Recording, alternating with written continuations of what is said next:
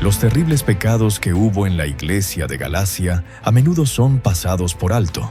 No obstante, al profundizar en lo que sucedió en esta iglesia, quedamos sorprendidos por todo lo que ocurrió.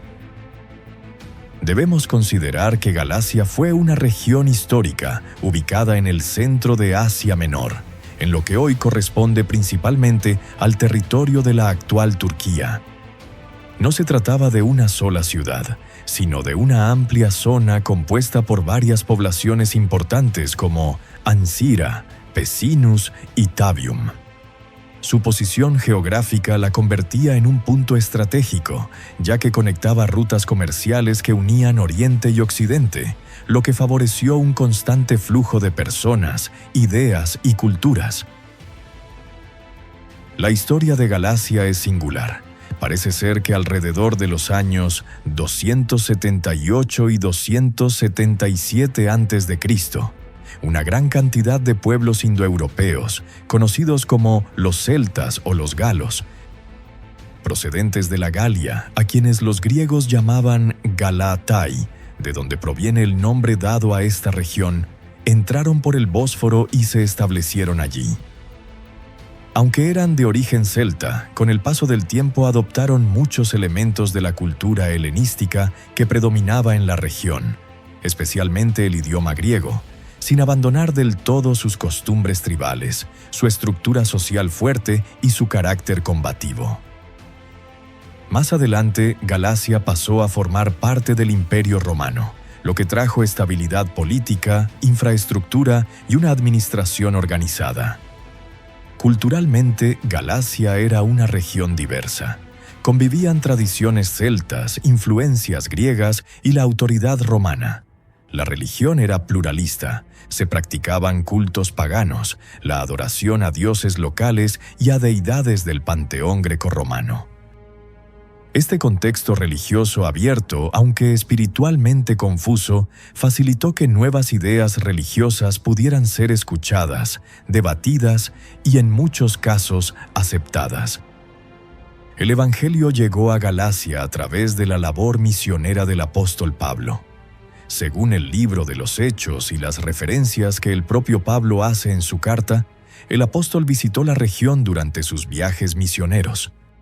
Todo indica que su llegada no fue inicialmente planeada, sino que estuvo relacionada con circunstancias providenciales, incluso con una enfermedad que lo llevó a permanecer en la zona.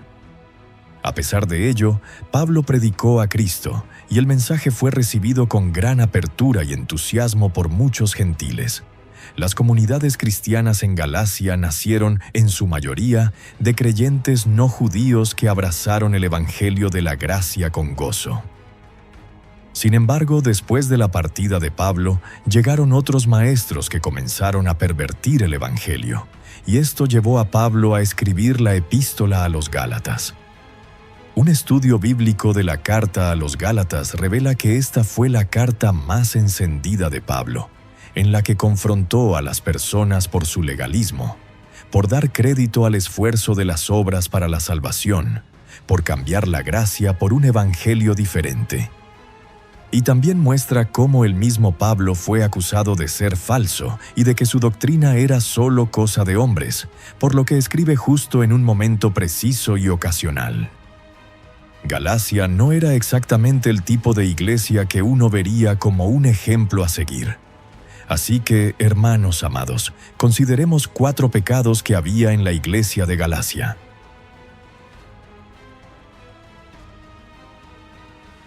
Número 1.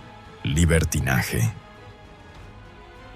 El libertinaje en la iglesia de Galacia fue un abuso de la libertad cristiana, donde algunos creyentes usaban la gracia de Dios como pretexto para dar rienda suelta a los deseos de la carne. Por esta razón, el apóstol Pablo exhortó a los Gálatas en el capítulo 5, versículo 13. Porque vosotros, hermanos, a libertad fuisteis llamados, solamente que no uséis la libertad como ocasión para la carne, sino servíos por amor los unos a los otros. Aquí Pablo reconoce que los Gálatas habían comprendido, al menos de forma parcial, la libertad cristiana, Sin embargo, esa libertad estaba siendo reinterpretada como permiso. La expresión ocasión para la carne es decisiva. No se trata aún de una conducta específica, sino de una actitud interna, una disposición del corazón que abre la puerta al pecado, justificándolo desde la gracia. Este libertinaje no surge de la nada. En el contexto de Galacia, muchos creyentes eran gentiles convertidos desde un entorno pagano grecorromano, donde la inmoralidad sexual, los excesos y la idolatría eran prácticas normalizadas. Cuando recibieron el Evangelio por medio del apóstol Pablo, fueron liberados del paganismo. Pero luego surgió una grave confusión. Algunos creyentes convirtieron la gracia en excusa para vivir según la carne. Pensaban que la fe los eximía de obediencia moral, que la gracia anulaba toda disciplina espiritual y confundieron la libertad en Cristo con ausencia de límites. Pablo enumera con claridad las obras de la carne que estaban reapareciendo dentro de la comunidad. Leamos Gálatas capítulo 5, versículos 19 al 21.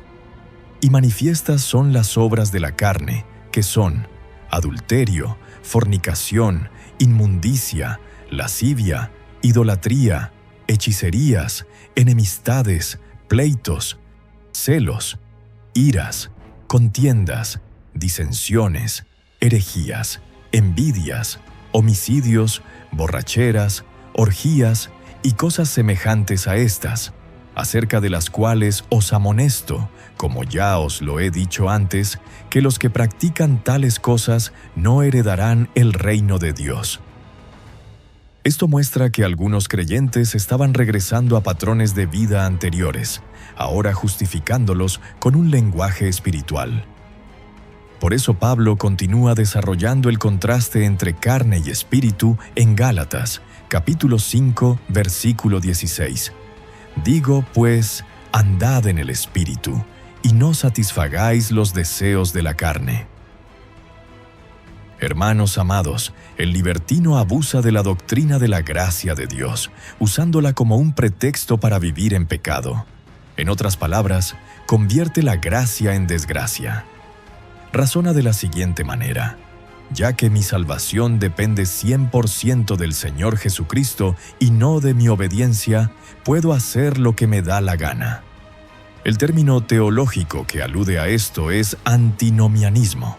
Etimológicamente hablando, significa antiley o contra la ley.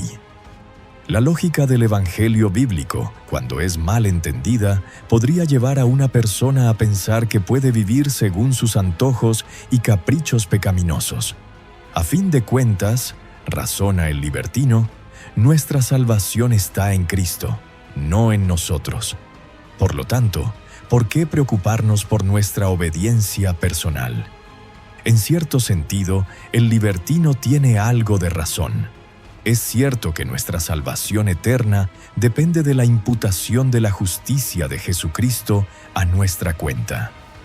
Es por eso que Martin Lloyd-Jones decía que si un pastor predica el evangelio correctamente, será acusado de antinomianismo al bajar del púlpito. Pablo recibía la misma acusación, según Romanos capítulo 6, versículos 1 y 2. Pero lo que la lógica humana no alcanza a entender por sí sola es que cuando el Espíritu de Dios labra la fe salvadora en el alma del creyente, simultáneamente quita el corazón de piedra de aquel individuo para que éste pueda gozarse en la ley de Dios. El nacido de nuevo ama los mandamientos de Dios. Asimismo, el libertino olvida que Cristo nos salvó para que viviéramos para su gloria. Jesús se dio a sí mismo por nosotros, para redimirnos de toda iniquidad y purificar para sí un pueblo para posesión suya, celoso de buenas obras. Es decir, la señal de que una persona ha abrazado el Evangelio es que abunda en buenas obras por el poder del Espíritu Santo. Jesús nos dijo que la misión del Espíritu Santo sería glorificarlo y dar testimonio de él. Cuando alguien anda en el Espíritu, escucha la voz del Espíritu Santo mientras éste lo guía en el camino y en la naturaleza de Jesús. No hay manera de que alguien pueda satisfacer los deseos de la carne mientras camina en el Espíritu. Los dos simplemente no van juntos. El Espíritu Santo no obra en nosotros para satisfacer nuestros deseos y pasiones caídas, sino para enseñarnos acerca de Jesús y guiarnos en el camino de Jesús. Número 2. Legalismo. El legalismo en la iglesia de Galacia fue una de las crisis doctrinales más graves del cristianismo primitivo, porque no atacó la moral externa como el libertinaje, sino el corazón mismo del Evangelio. Mientras algunos abusaban de la gracia, otros comenzaron a añadir requisitos humanos a la obra perfecta de Cristo, distorsionando así el mensaje de la justificación por la fe. El legalismo en la iglesia de Galacia fue impulsado principalmente por los judaizantes. Por esta razón, Pablo confronta esta desviación de manera directa y reiterada a lo largo de la epístola a los Gálatas, donde deja claro que el problema no era secundario ni cultural, sino doctrinal y soteriológico. Desde el inicio de la carta, Pablo expresa su asombro por la rapidez con la que los gálatas estaban abandonando el Evangelio de la gracia para seguir otro mensaje, promovido por estos maestros judaizantes.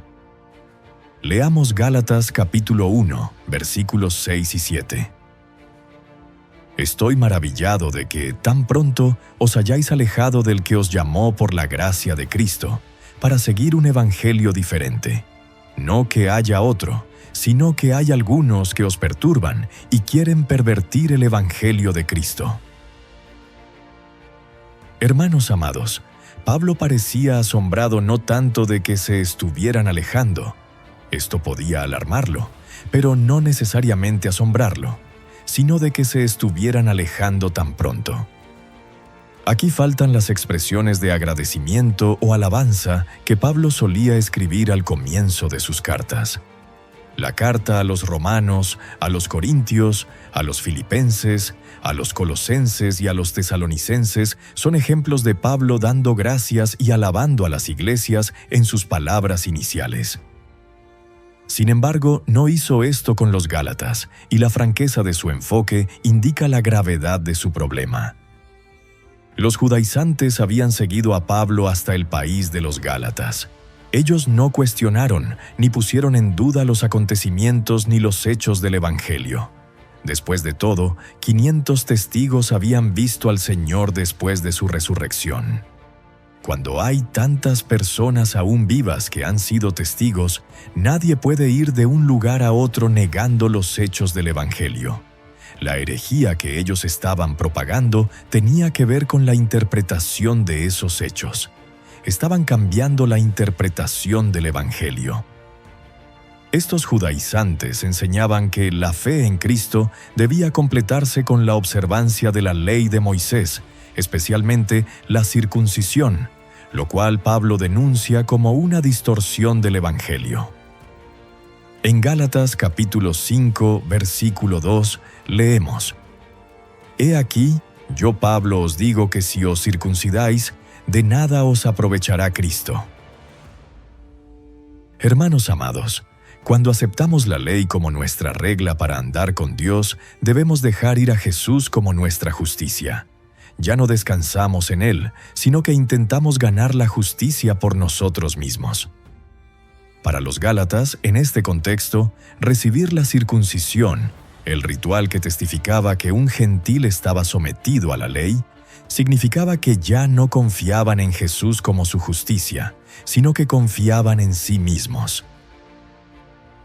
Por eso Pablo puede decir: de nada os aprovechará Cristo. Los legalistas entre los Gálatas querían que pensaran que podían tener tanto a Jesús como una relación basada en la ley con Dios. Pablo les dice que esta no es una opción abierta para ellos. El sistema de la gracia y el sistema de la ley son incompatibles.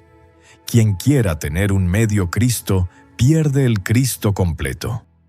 Lightfoot dijo: la circuncisión es el sello de la ley, El que voluntaria y deliberadamente se somete a la circuncisión entra en un pacto para cumplir la ley. Por tanto, está obligado a cumplirla y no puede invocar la gracia de Cristo, porque ha entrado en otra modalidad de justificación. ¡Qué trágico! Jesús muriendo en la cruz, derramando su sangre, su vida, su alma, su agonía y su amor por nosotros, y aún así de nada os aprovechará. 2 hombres murieron con Jesús. Para el que puso su confianza en Él fue vida eterna, pero para el que confió en sí mismo, de nada le sirvió.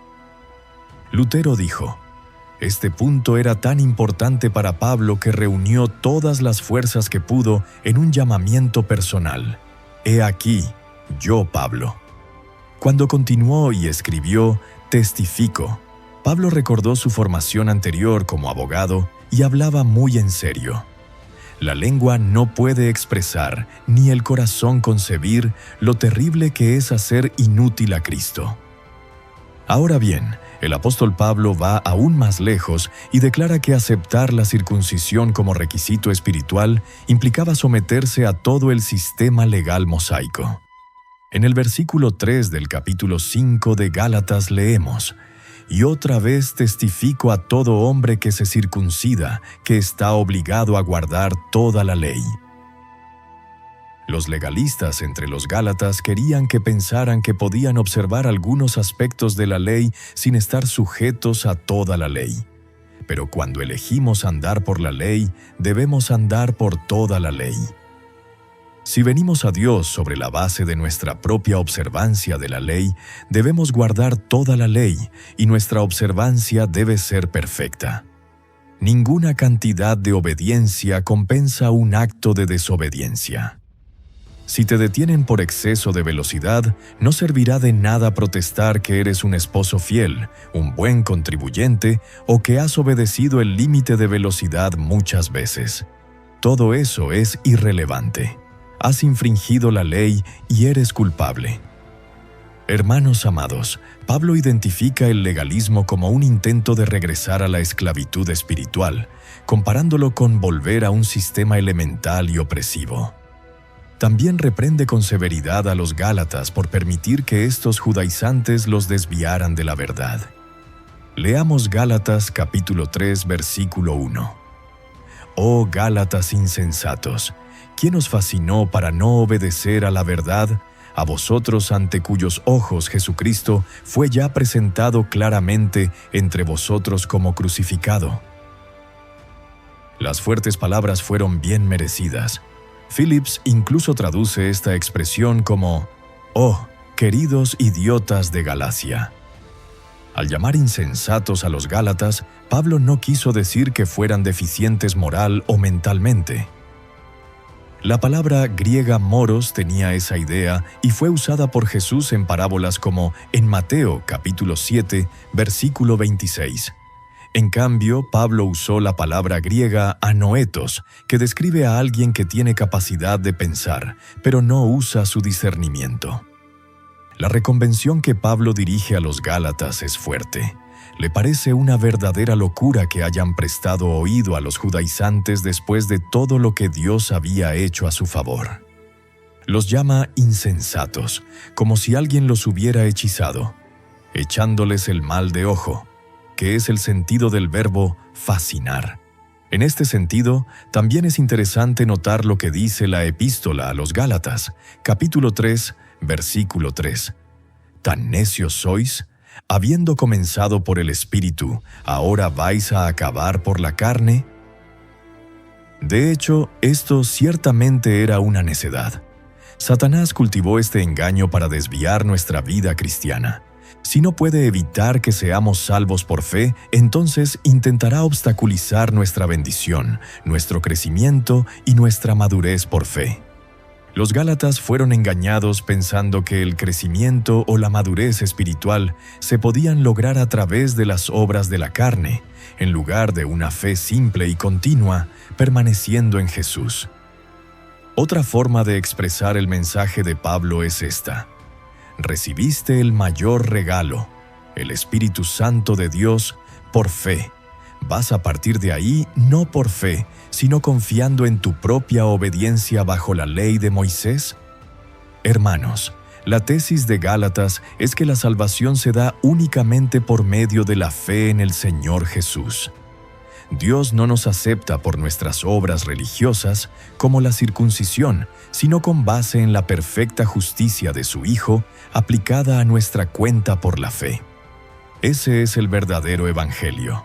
No hay otro. Notemos lo que dice Gálatas capítulo 1, versículos 8 y 9. Mas si aún nosotros, o un ángel del cielo, os anunciare otro evangelio diferente del que os hemos anunciado, sea anatema. Como antes hemos dicho, también ahora lo repito. Si alguno os predica diferente evangelio del que habéis recibido, sea anatema. El lenguaje que Pablo utilizó aquí fue extremadamente duro. Él afirmó que, aun si un ángel del cielo proclamara cualquier otro mensaje que no fuera el evangelio, caería bajo una condena severa. En nuestros días hay muchos cultos y sectas que intentan presentarnos otro evangelio. Aunque quienes los propagan puedan ser seguidos con la misma devoción que si fueran ángeles, debemos recordar que aún Satanás puede transformarse en ángel de luz. Pablo dijo: si alguno os predica un evangelio diferente del que habéis recibido, sea anatema. Hermanos amados, no podría expresarse en un lenguaje más claro ni más fuerte. Quien predique un evangelio distinto cae bajo maldición. No podría haber un castigo más severo. El evangelio deja de lado todas las obras. Romanos capítulo 4, versículo 5 dice: Mas al que no obra, sino cree en aquel que justifica al impío, su fe le es contada por justicia. Con frecuencia encontramos personas que piensan que son lo suficientemente buenas como para salvarse. Una de ellas nos dijo: quiero convertirme en cristiano y trataré de ser mejor de lo que soy, y si consigo mejorar, llegaré a ser cristiano. Entonces le respondimos: si usted mejora, nunca se convertirá en cristiano. La única clase de personas que Dios está salvando son pecadoras. El Señor Jesús dijo que Él no había venido a llamar a los justos, sino a los pecadores. Y el motivo por el cual dijo esto es que no hay nadie justo, ni siquiera uno. En Isaías 64:6, el mensaje profético compara la justicia del ser humano ante la mirada de Dios con trapos sucios. Y como las demandas de la ley nos condenan, deberían enmudecernos, dejarnos sin saber qué decir o qué hacer antes de que la gracia pueda salvarnos. Romanos capítulo 3, versículo 19 nos dice: Pero sabemos que todo lo que la ley dice, lo dice a los que están bajo la ley, para que toda boca se cierre y todo el mundo quede bajo el juicio de Dios. La verdadera dificultad no es que algunas personas se consideren lo suficientemente buenas para salvarse, sino que no se consideran lo suficientemente malas como para necesitar ser salvas. El ser humano rehúsa reconocer su condición perdida delante de Dios.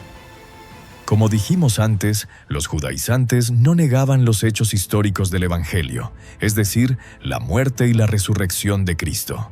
Lo que negaban era que estos hechos fueran suficientes. Insistían en que era necesario guardar la ley además de creer en Cristo. Y Pablo afirmaba que todo aquel que intentara mezclar la ley y la gracia quedaría bajo maldición. ¿Por qué? Porque estaría pervirtiendo, distorsionando el Evangelio. Pervertir el Evangelio no es negar sus hechos históricos, sino tergiversarlos, interpretándolos de manera incorrecta. Prosigamos leyendo el versículo 10 del capítulo 1 de Gálatas. Pues, ¿busco ahora el favor de los hombres o el de Dios? ¿O trato de agradar a los hombres? Pues si todavía agradara a los hombres, no sería siervo de Cristo. La predicación del Evangelio de la gracia no resulta agradable para el ser humano perdido. Nadie puede agradar a Dios y a los hombres al mismo tiempo. Si hoy se predica el Evangelio de la gracia de Dios, es posible que surjan dificultades, porque el ser humano detesta escuchar el mensaje de la gracia y lo desprecia. Las personas desean oír lo que apela a su naturaleza humana. El Evangelio de la gracia nos coloca al nivel del polvo y nos muestra como los mendigos que somos delante de Dios. Por su propia naturaleza, el hombre y la mujer reaccionan mejor ante el legalismo. Piensan que no necesitan un salvador, sino solo una ayuda, una norma de conducta, un requisito adicional, algún recurso humano. Incluso podemos decir que Dios no nos está pidiendo que vivamos la vida cristiana por nuestras propias fuerzas. No podemos hacerlo. Dios nos está pidiendo que le permitamos producir la vida cristiana a través de nosotros. La carta a los Gálatas nos enseña esta verdad. Pero, en primer lugar, debemos venir a Cristo como pecadores para ser salvos. Hay muchos que profesan ser cristianos, pero no son salvos. ¿Sabe usted por qué? Porque nunca han venido a Cristo para recibirlo como Salvador. Piensan que tienen algo que ofrecerle, algún compromiso que presentar. Estimado oyente, usted no tiene nada que ofrecerle a Él. En cambio, Él sí tiene algo que ofrecerle a usted. Jesús fue quien murió y es quien está dispuesto a dar. Romanos capítulo 6, versículo 23 dice: «Porque la paga del pecado es muerte, mas la dádiva de Dios es vida eterna en Cristo Jesús, Señor nuestro». Es tan simple como eso. ¿Ha aceptado a Jesucristo como su Salvador? Eso es lo verdaderamente importante. La conciencia humana es un testigo ante la ley, y la convicción legal conduce a las obras. El ser humano intenta compensar el hecho de que no está haciendo lo suficiente. Trata de equilibrar sus buenas obras con sus pecados, acumulando puntos a su favor para ser salvo. Recordemos que antes de su encuentro con Cristo, el apóstol Pablo intentó hacer esto. Tenía muchos puntos a su favor, pero cuando vino a Cristo dijo, en Filipenses capítulo 3, versículo 7, «Pero cuántas cosas eran para mí ganancia, las he estimado como pérdida por amor de Cristo». El Espíritu Santo es hoy testigo de la gracia. Esta es la convicción del Evangelio que conduce a la fe. La ley niega la caída del hombre. Esta fue la posición de Caín, quien ofreció a Dios los resultados de su esfuerzo personal. La gracia, en cambio, reconoce la caída del ser humano, como lo hizo Abel al traer su ofrenda delante de Dios. Simplemente, por la fe, mire al sacrificio de Cristo a su favor, reconociendo que es suficiente para perdonar sus pecados y establecer una relación con Dios, y con sus propias palabras, las que broten espontáneamente de su corazón, puede aceptar hoy su ofrecimiento de salvación. Número 3. Contiendas y divisiones. En la epístola a los Gálatas, Pablo describe un ambiente marcado por pleitos, rivalidades, bandos y enfrentamientos internos. El legalismo producía orgullo espiritual y superioridad moral, el libertinaje, egoísmo y falta de dominio propio. Ambos extremos terminaban generando el mismo fruto, conflicto constante. Por eso Pablo utiliza una advertencia gráfica y severa en Gálatas capítulo 5, versículos 14 y 15, donde dice: «Porque toda la ley en esta sola palabra se cumple. Amarás a tu prójimo como a ti mismo. Pero si os mordéis y os coméis unos a otros, mirad que también no os consumáis unos a otros». Queda bien claro que ese amor del cual hablaba el versículo 14 necesitaba ser expresado mutuamente en las iglesias de Galacia. Como resultado de las incursiones de los falsos maestros, la iglesia estaba dividida y enzarzada en amargos conflictos.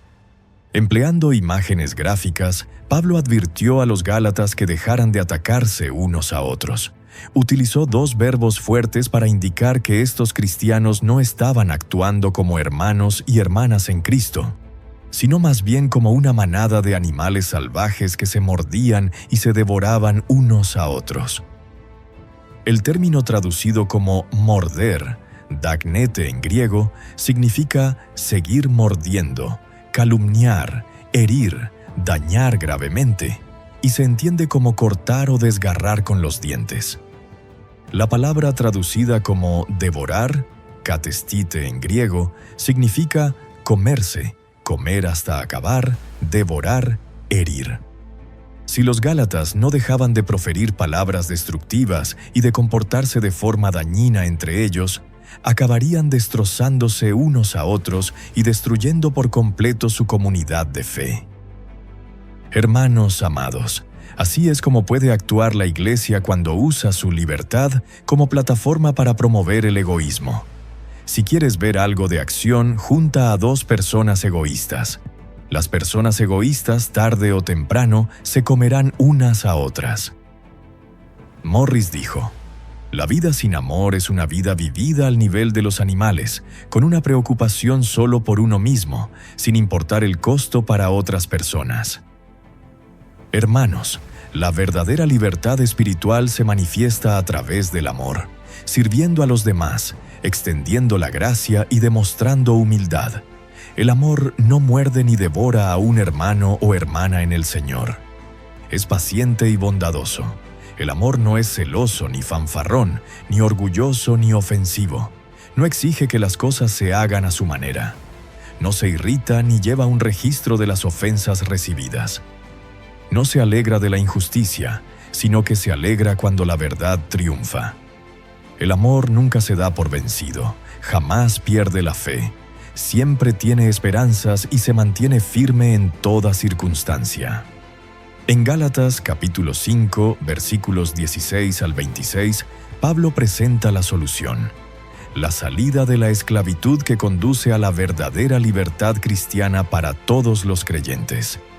Consiste en rendir activamente nuestros deseos al Espíritu Santo y dejar que su poder actúe en nosotros, como enfatiza Pablo. Dejad que el Espíritu Santo los guíe en la vida. Entonces no se dejarán llevar por los impulsos de la naturaleza pecaminosa. La naturaleza pecaminosa desea hacer el mal, que es precisamente lo contrario de lo que quiere el Espíritu. Y el Espíritu nos da deseos que se oponen a lo que desea la naturaleza pecaminosa. Estas dos fuerzas luchan constantemente entre sí. Por eso ustedes no son libres para llevar a cabo sus buenas intenciones. Mientras vivamos en estos cuerpos terrenales, la batalla continuará entre nuestros deseos carnales y lo que desea el Espíritu.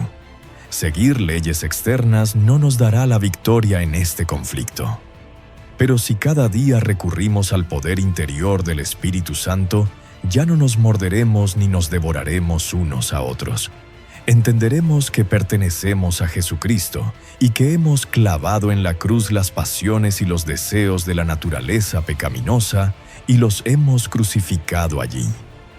Al caminar según la guía del Espíritu, produciremos el fruto del Espíritu en nuestras vidas: amor, alegría, paz, paciencia, gentileza, bondad, fidelidad, humildad y dominio propio.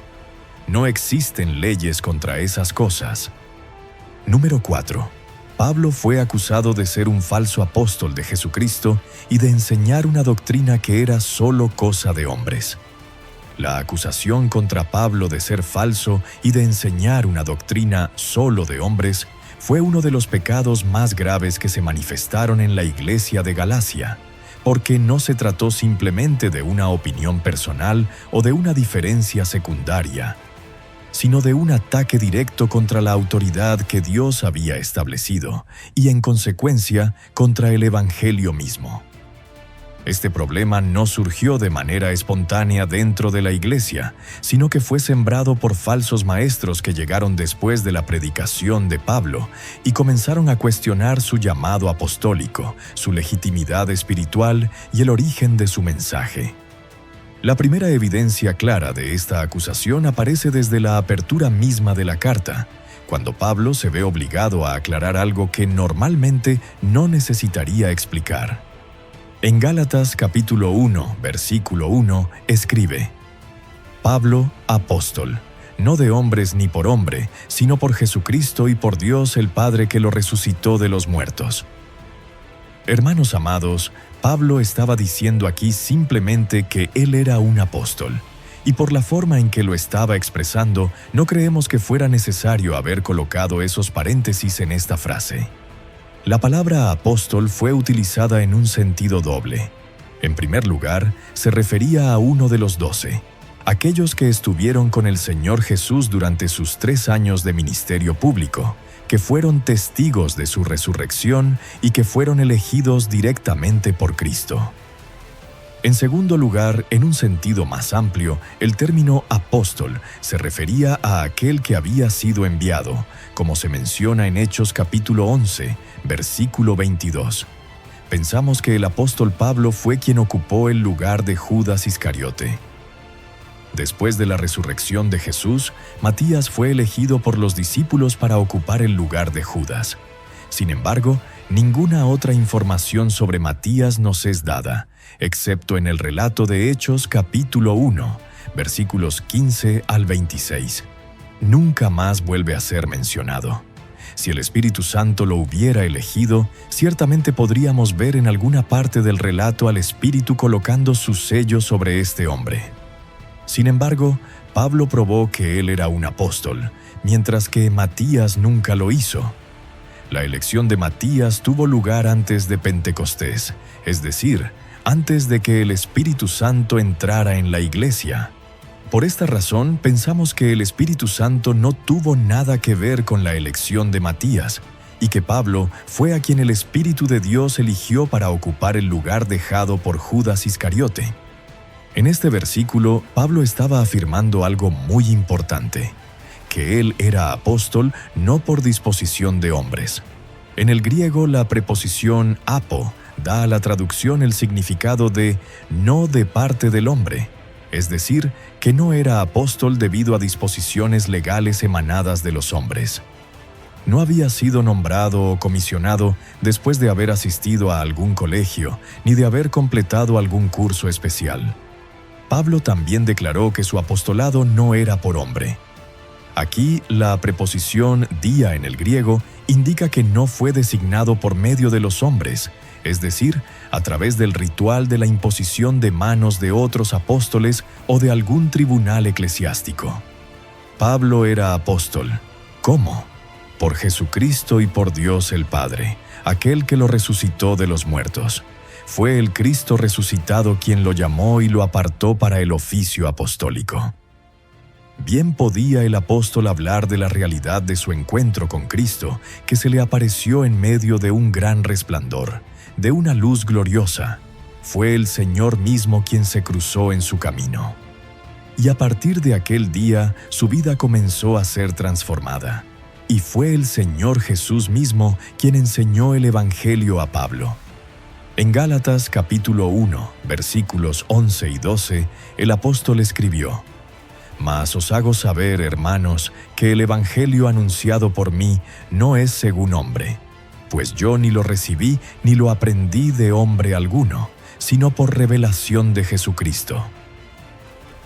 Pablo estaba afirmando nuevamente aquí, como lo había hecho en el primer versículo, que él era un apóstol nombrado por Dios. Era como si estuviera diciendo: «Yo certifico, hermanos, que el Evangelio anunciado por mí no es una idea ni una invención humana». Él no había recibido ese mensaje de los seres humanos. Los judaizantes no solo ponían en duda el mensaje de Pablo, sino que también cuestionaban su apostolado. Decían que él no formaba parte de los 12 primeros apóstoles, que había llegado demasiado tarde, y colocaban una sombra de duda sobre la validez de su autoridad apostólica. Por eso Pablo iba a tratar este asunto directamente y a demostrar que su apostolado se basaba en el hecho de haber sido llamado por la revelación directa del Señor Jesucristo. Escuchemos nuevamente lo que dijo en el versículo 12: «Pues yo ni lo recibí ni lo aprendí de hombre alguno, sino por revelación de Jesucristo». Pablo no había recibido su apostolado asistiendo a una escuela, ni por haber sido ordenado mediante la imposición de manos. Su apostolado y su evangelio vinieron directamente por medio de una revelación que corresponde a la palabra griega Apocalipsis.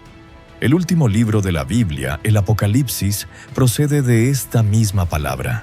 Esto significa que el evangelio es una revelación en la misma medida que lo es el Apocalipsis. El evangelio fue desvelado a Pablo. Él no se convirtió en apóstol por medio de Pedro, Jacobo o Juan, sino por el llamado directo de Jesucristo. Leamos ahora los versículos 13 y 14. Porque ya habéis oído acerca de mi conducta en otro tiempo en el judaísmo, que perseguía sobremanera a la iglesia de Dios y la asolaba.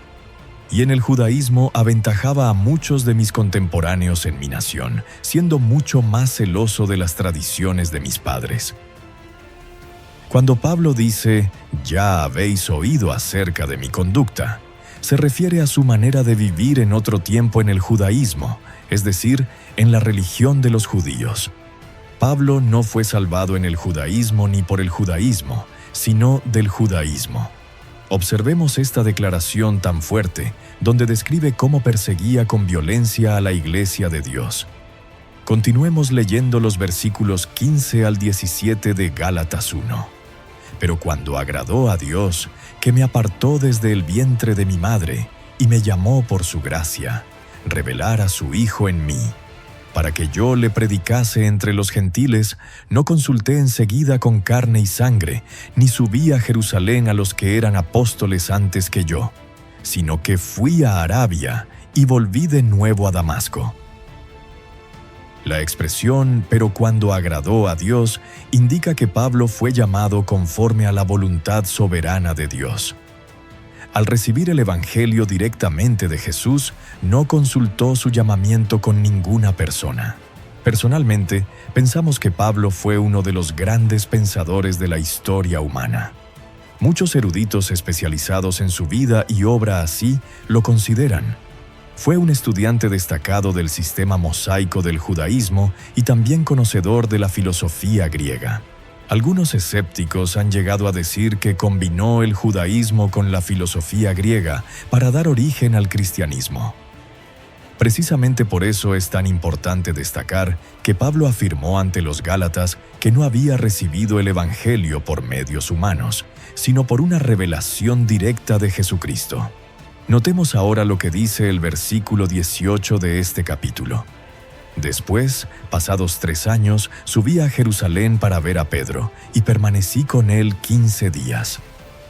Pensamos que esta información corresponde al relato de Hechos, capítulo 9, versículos 26 al 29, donde se nos dice que al llegar a Jerusalén, los discípulos temían a Pablo, hasta que Bernabé lo presentó ante los apóstoles, testificando de su conversión y de su valentía al predicar en el nombre de Jesús.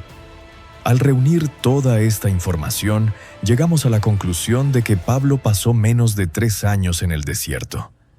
Es interesante observar cómo Dios entrenó a sus hombres. Preparó a Moisés en el desierto, formó a Abraham en lugares difíciles, y Elías pasó por experiencias similares.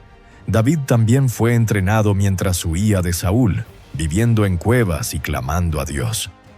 El método de Dios ha sido llevar a sus siervos al desierto para formarlos. De la misma manera, Pablo fue enviado al desierto por menos de 3 años. Luego fue a Jerusalén, vio al apóstol Pedro y permaneció con él 15 días. Continuando con el versículo 19, leemos: «Pero no vi a ningún otro de los apóstoles, sino a Jacobo, el hermano del Señor». Es decir, no tuvo contacto con los apóstoles, excepto con Pedro y Jacobo. Y en el versículo 20, Pablo añade: «Declaro delante de Dios que no es mentira lo que les escribo». La expresión delante de Dios es un juramento. Al jurar de esta manera, Pablo no pecó. El jurar condenado por Jesús es el jurar a la ligera o con hipocresía. Debido a lo serio de lo que Pablo afirmaba, él invocó a Dios como testigo. Estaba en juego la salvación de los Gálatas. Si los judaizantes hubieran destruido la influencia de Pablo, también podrían haber destruido la salvación de los Gálatas. Un punto crítico de la controversia fue el origen del evangelio predicado por Pablo. Sin duda, algún judaizante diría: ¿de veras solamente fuiste a Jerusalén para visitar a Pedro? Pablo entendió que no sería fácil convencerlos, y por eso invocó a Dios como testigo de lo que afirmaba. Con esta solemne afirmación, Pablo vinculó todas las pruebas que había presentado para demostrar que su llamamiento apostólico no dependía de ninguna decisión humana. Hermanos amados, Dios preparó a Pablo para que fuese apóstol de los gentiles, y su formación fue distinta a la de los otros apóstoles porque Dios tenía propósitos diferentes para cada uno. Mientras los demás apóstoles conocieron a Cristo en su humanidad antes de reconocerlo como el Hijo de Dios, Pablo lo conoció en la gloria de su resurrección, y luego profundizó en su humanidad perfecta. Todo esto debe llevarnos a reflexionar en que Dios tiene un propósito diferente para cada uno de nosotros, y conforme a ese propósito, Él prepara nuestra vida. En su providencia, Dios desarrolla un plan perfecto, aunque muchas veces este ideal divino puede verse frustrado por nuestra falta de disposición y por malas decisiones. En el caso de Pablo, queda claro que no habría llegado a ser el hombre que fue ni habría realizado la obra que realizó si Dios no hubiera dispuesto una serie de circunstancias en los años previos a su conversión. En ese tiempo, Pablo no sabía que estaba siendo preparado por Dios, y sus propios planes diferían totalmente de los del Señor. Sin embargo, cuando se convirtió, toda esa preparación previa comenzó a encajar de manera perfecta, sirviéndole de forma extraordinaria para cumplir su llamado como apóstol de los gentiles. Y así, hermanos amados, estamos concluyendo este video. Gracias por habernos acompañado hasta el final. Deseo de corazón que haya sido de mucha bendición. Mi anhelo es que, por medio de estos estudios bíblicos, cada día crezcamos juntos en el conocimiento de la palabra de Dios. También me gustaría comentarles que, si desean apoyar este ministerio, la mejor manera de hacerlo es dándole me gusta a este video y suscribiéndose al canal. Es totalmente gratis. Dios les bendiga.